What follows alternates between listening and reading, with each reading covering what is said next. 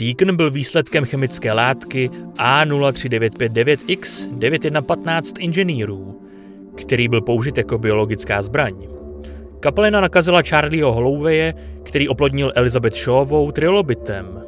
Tento trilobit nakonec dospěl a oplodnil inženýra na LV-223, načež se vyvinul Deacon a vyrazil z inženýrovy hrudi.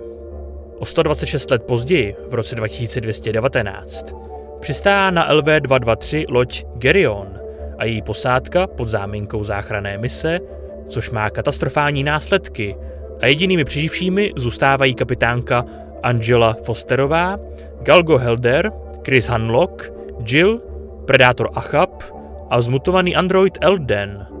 Po sérii událostí se přeživší dostanou k hoře, kde se podle nich nacházel lidský maják.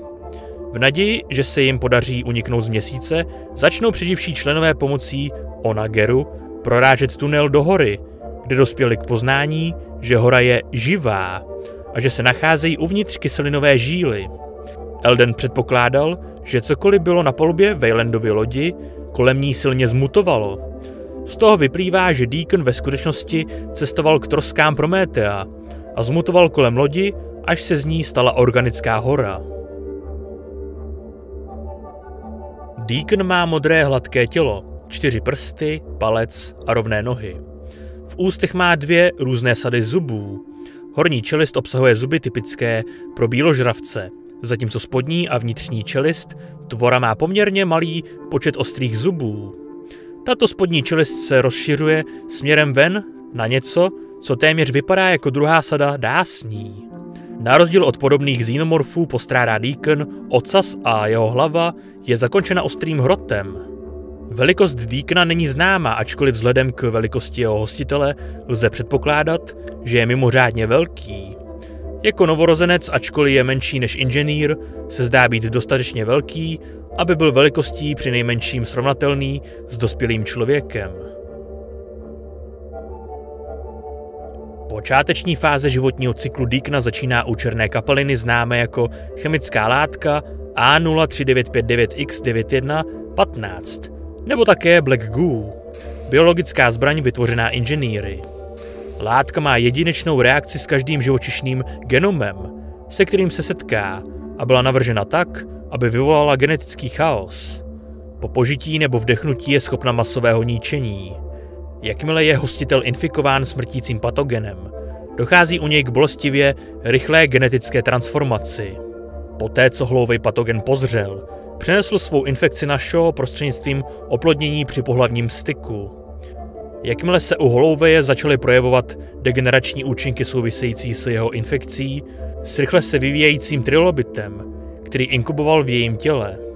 Po úspěšném výjimutí mimozemského tvora během improvizovaného císařského řezu v Medpodu 720i byl trilobit umístěn do karantény v laboratoři a rychle dospěl v mohutného tvora. Později se dostal do kontaktu s inženýrem a podrobil si ho způsobem, který připomínal, jak si facehugger podrobuje svou oběť. Inženýr následně inkuboval embryo, které se v něm vyvíjelo, dokud si téměř plně sformované mládě Deacona neprorazilo cestu inženýrovým hrudníkem. Největší rozdíl mezi xenomorfem a Deaconem je v hostiteli, ze kterého pochází. Stejně jako všichni xenomorfové získávají od svých hostitelů různé vlastnosti. Je důležité si všimnout, jak se zrození tohoto tvora liší od většiny zrození xenomorfů. Podobně jako Bloodburster z filmu Alien Covenant se Deacon narodil s rukama a nohama, zatímco většina ostatních xenomorfů, narozených z humanoidních hostitelů, postrádá před dospělostí nohy a ruce. Namísto druhé vnitřní čelisti jako xenomorf má Deacon jedinou sadu vysunutých čelistí, které se více podobají čelistem žraloka skřetího, u něhož se horní čelist může odklopit a pohybovat dopředu. Deacon také postrádá jakékoliv biochemické prvky, je téměř zcela hladký s výjimkou několika viditelných žeber.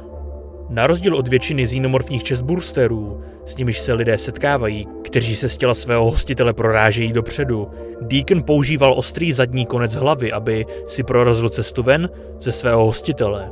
Dalším rozdílem je, že vzhledem ke své velikosti je hostitel mrtvý již před jeho narozením, protože hostitelovy orgány by byly téměř jistě zničeny přítomností Deacona. Tak, toto byl prozatím kompletní rozbor Deacona. Jinak díky moc za sledování, díky moc za vaši podporu tohoto kanálu, ať už v podobě lajku, dislajku, odběru se zvonkem, komentáře, sdílení či finanční podpory na Patreonu, YouTube členství, donatu nebo super díky. Vpravo nahoře budete mít kartu k playlistu, ve kterém se nachází videa z celé této série. V popisku pod videem máte odkazy na mé sociální sítě, kam denně dávám info, kdy, v kolik a jaká videa nebo streamy budou a další zajímavé informace. Ještě jednou díky za vaši pozornost, uvidíme se u dalších videí nebo na nějakém livestreamu a do té doby dělejte to, co vás baví, bez ohledu na to, co vám kdo říká. A teď už speciální poděkování patronům na Patreonu a také YouTube členům, kteří podporují chod a nezávislou produkci tohoto kanálu. Mějte se a někdy příště.